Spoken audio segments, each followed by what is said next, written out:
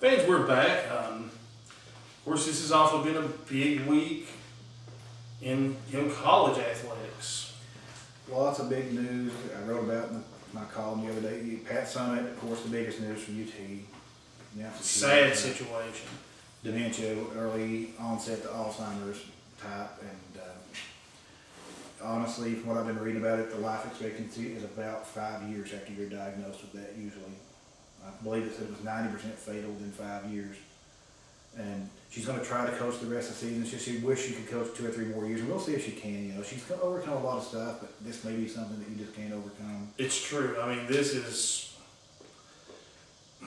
I mean, I hate to put it this way. This is not like breast cancer. This is something that, as far as I know, has never been beaten. There's no cure, no way to really slow it down. You can help with some of the medication that stops working. From what I understand, within 2 years, they say most people forget, most basic things, and within 3 or 4 years, you can't even really go anywhere by yourself or go to the bathroom or anything like that. And so within 5 years, it's 90% fatal. So that's pretty tough news. Apparently, her mother had the same disease. Grandmother. I read that this morning. And things like that are often hereditary. It's a bad situation. She's 1,071 career wins, by far the most of a college coach. 8 national titles, 18 Final Fours, 39 total championships in 37 years. So she averaged winning more than 1 championship a year, which is pretty amazing. Yeah. So I mean, hopefully, if this is the swan song for Pat Summitt, that it's it goes out as a really good year. She's given up, they said, a lot of her coaching duties on the sideline, even this year, and apparently Nikki DeMoss and Holly Warwick are going to be doing them. Yeah, her 3 assistant coaches have almost 90 years combined coaching experience between them. Yeah, the program's not going to be the same as it was with her coaching because she's excellent. But the program itself will probably still be pretty good.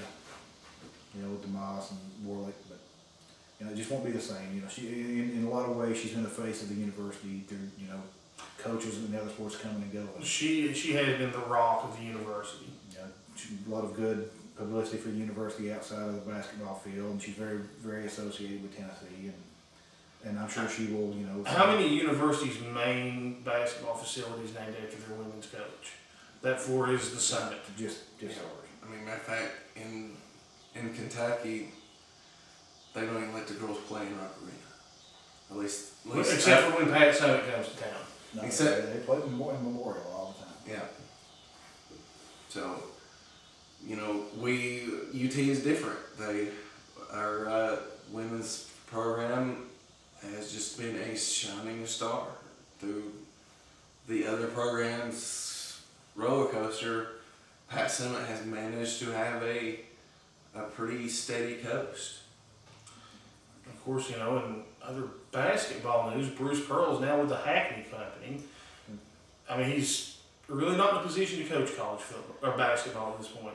There was some speculation. He had been offered a NBA Development League coaching job for $500,000 a year by Mark Cuban, but apparently he turned that down. And he really loves Knoxville. But his heart's in East Tennessee.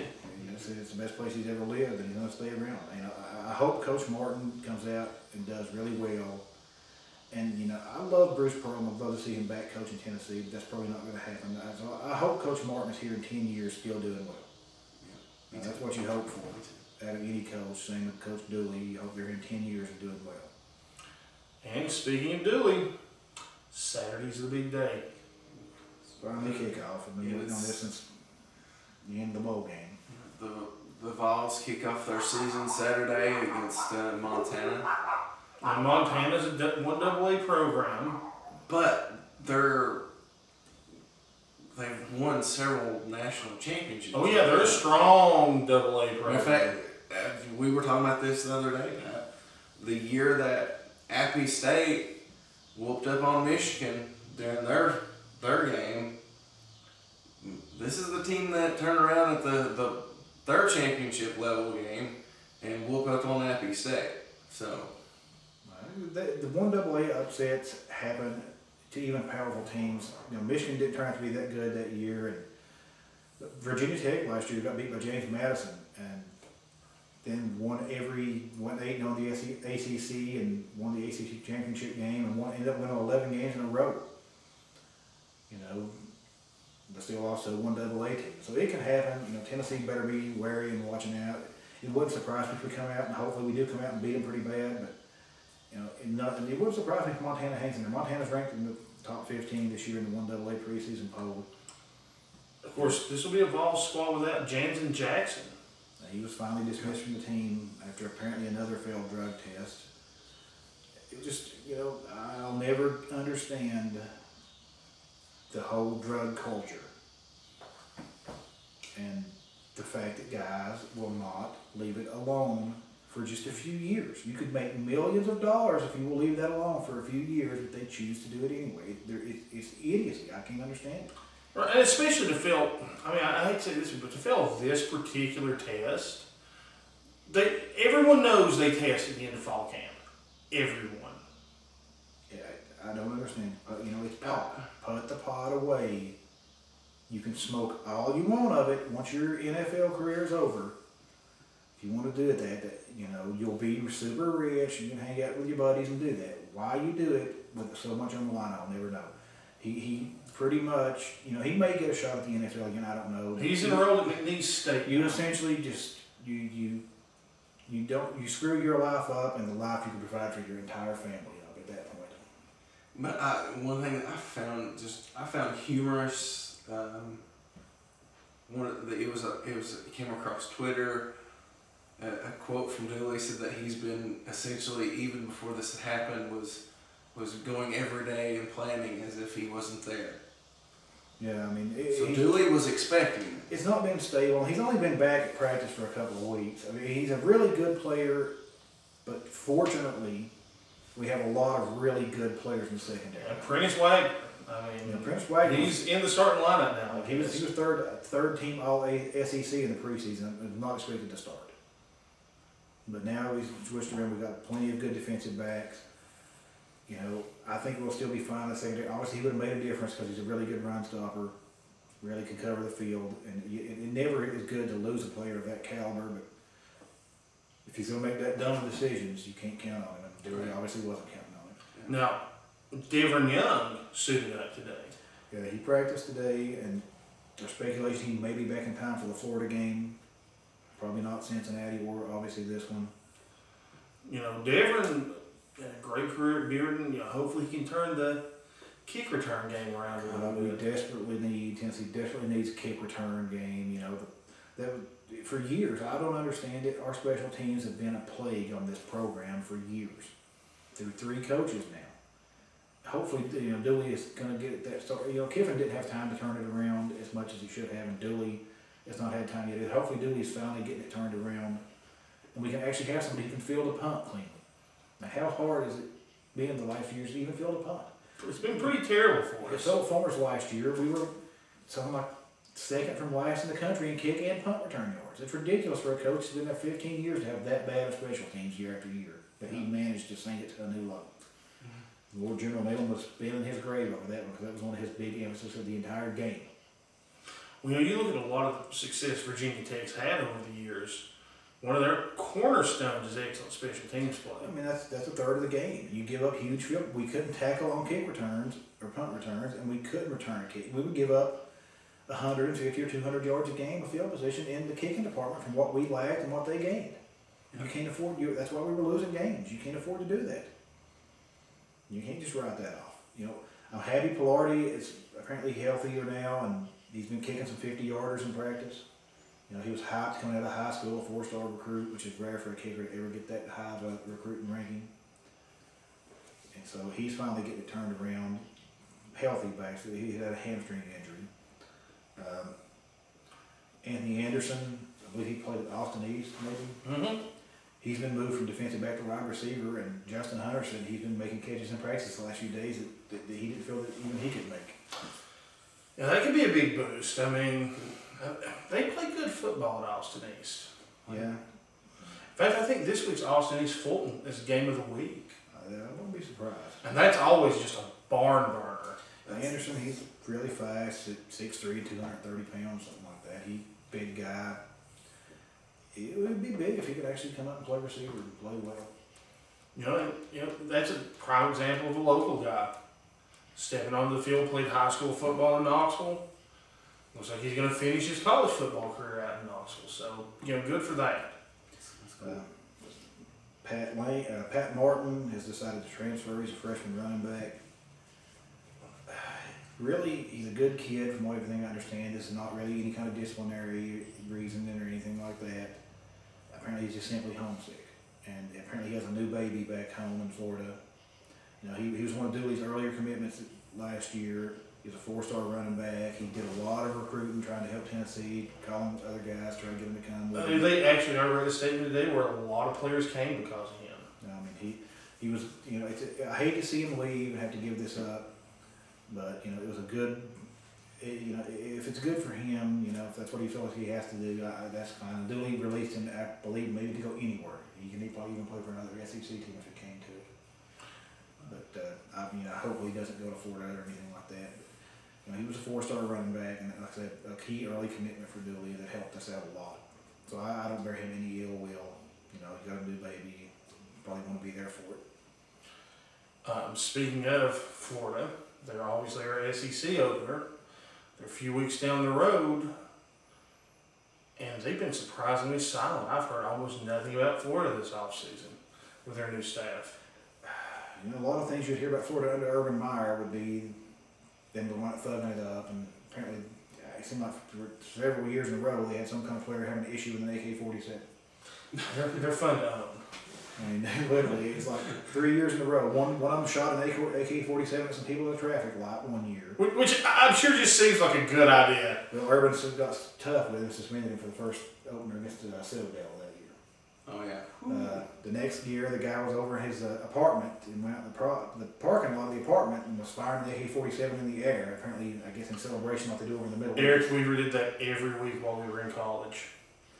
Granted, he didn't play football. It's frowned upon if you're on the football team, apparently. It's probably frowned upon when he did it, too. Yeah. But, that guy got back on the team when Urban needed a little help. I think he was a center, and their starting center got injured, so Urban felt that he had been rehabilitated and reinstated him. It's just a Russian machine gun. I don't really see what harm can come. FPS Russia, if he were there to instruct him, it would be okay. That's true. But he's a professional Russian.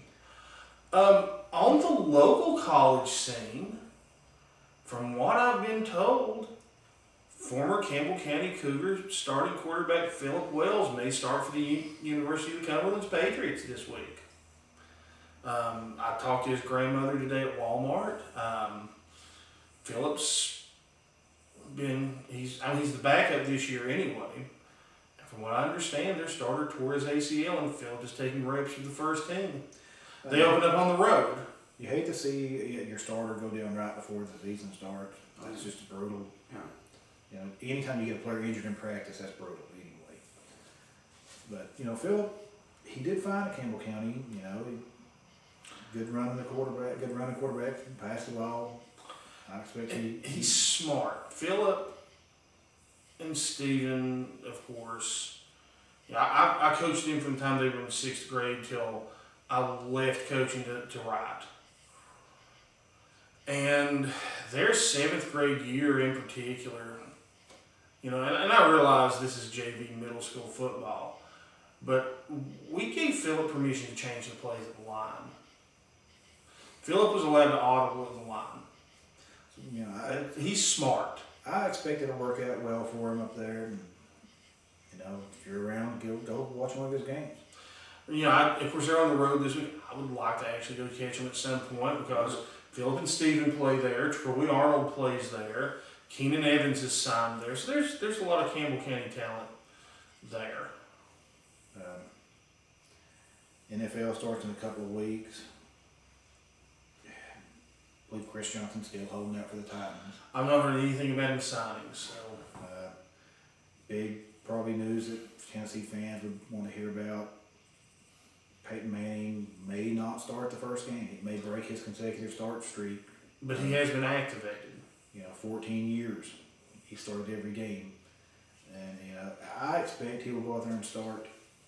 You just, if you're a Colts fan, if you're a Peyton Manning fan, you gotta hope he doesn't go out there and take a big hit and re-aggravate his neck injury. But you gotta get back out sometime. I don't know. So there was speculation that he may not.